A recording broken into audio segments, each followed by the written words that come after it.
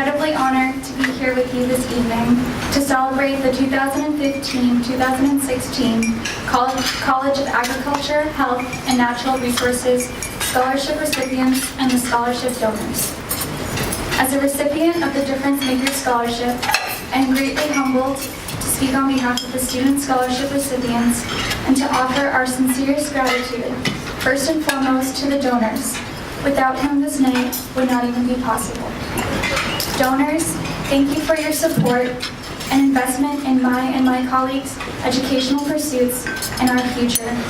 You have made a real difference in our lives for which no expression of gratitude could ever be enough. Additionally, I would like to thank the numerous other people in this room who have supported me and my colleagues throughout our academic career. I would like to sincerely thank the esteemed members of the faculty, our professors, advisors, and mentors for their tireless commitment to our education, their guidance, and their encouragement. Thank you for believing in our potential and for motivating us to achieve what we did not think was possible, but what you always believed we could achieve. By far the greatest contribution to the people we are today, however, is the lifelong love and support we have received from our parents and family. My parents are here today, and I know they are sitting there thinking of how proud they are of me, but I want them to know how proud I am of them and how proud I am to be their daughter. If you will allow me, I would like to boast a little about my parents, the most incredible people I know and will ever come to know. Growing up in communist Romania, my parents knew the meaning of hardship. Their hands, calloused by their experiences, by the weight of their decisions and their sacrifices, are evidence of that. Instead of raising his hand and writing with his hands in school, my dad had no choice but to use them to help his family of 10 out on the fields of their farm. Since my dad's family was Christian, they were greatly persecuted by the Sekulish, the secret police. As he was forced to pray in secret, my dad's hands trembled in fear that he would be imprisoned like so many of his neighbors for his faith. In 1983, my dad made the life-threatening decision to sacrifice his home and leave behind his family with no guarantee of ever seeing them again. He was but a year older than I, 24 years old. With only a candy bar in hand, which he could not help but eat on the first day, he fled his home.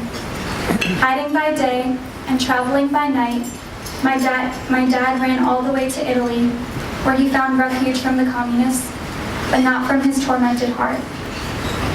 He had gained freedom, but at the expense of losing his family and his home.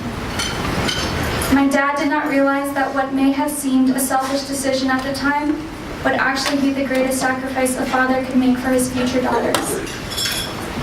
America promised for my dad not only a life of freedom, but a life just as arduous as the one he had experienced in Romania. His hands became more calloused as he worked towards the American dream and took advantage of every opportunity to make something great out of himself. From a humble first job of cleaning 12 mall parking lots a night for $4 an hour, my dad rose to become the owner of his own company in just a few short years. Relying on the work of his hands, my dad was able to build a life for his family and a place to call home. And yet, all of the years my father had spent working tirelessly to provide us with a safe and secure life were able to be taken away in a single moment. On the morning of June 13th, 2013, I was sitting in my organic chemistry class when I received a call from my dad. I quickly called him back and heard his voice tremble with tears as he said the words, "Everything I built is gone. A fire had destroyed our home and reduced it to ashes. None of our material possessions were able to be salvaged, except for our family photos and my Bible. In the end, we did lose just that, material possessions, but they represented the lifelong hard work of my father's hands. The fire taught us that there are some situations in life that are out of our control. We can work tirelessly to build up our kingdoms and riches on earth, but in the end, those material possessions we cling onto are temporal and fleeting.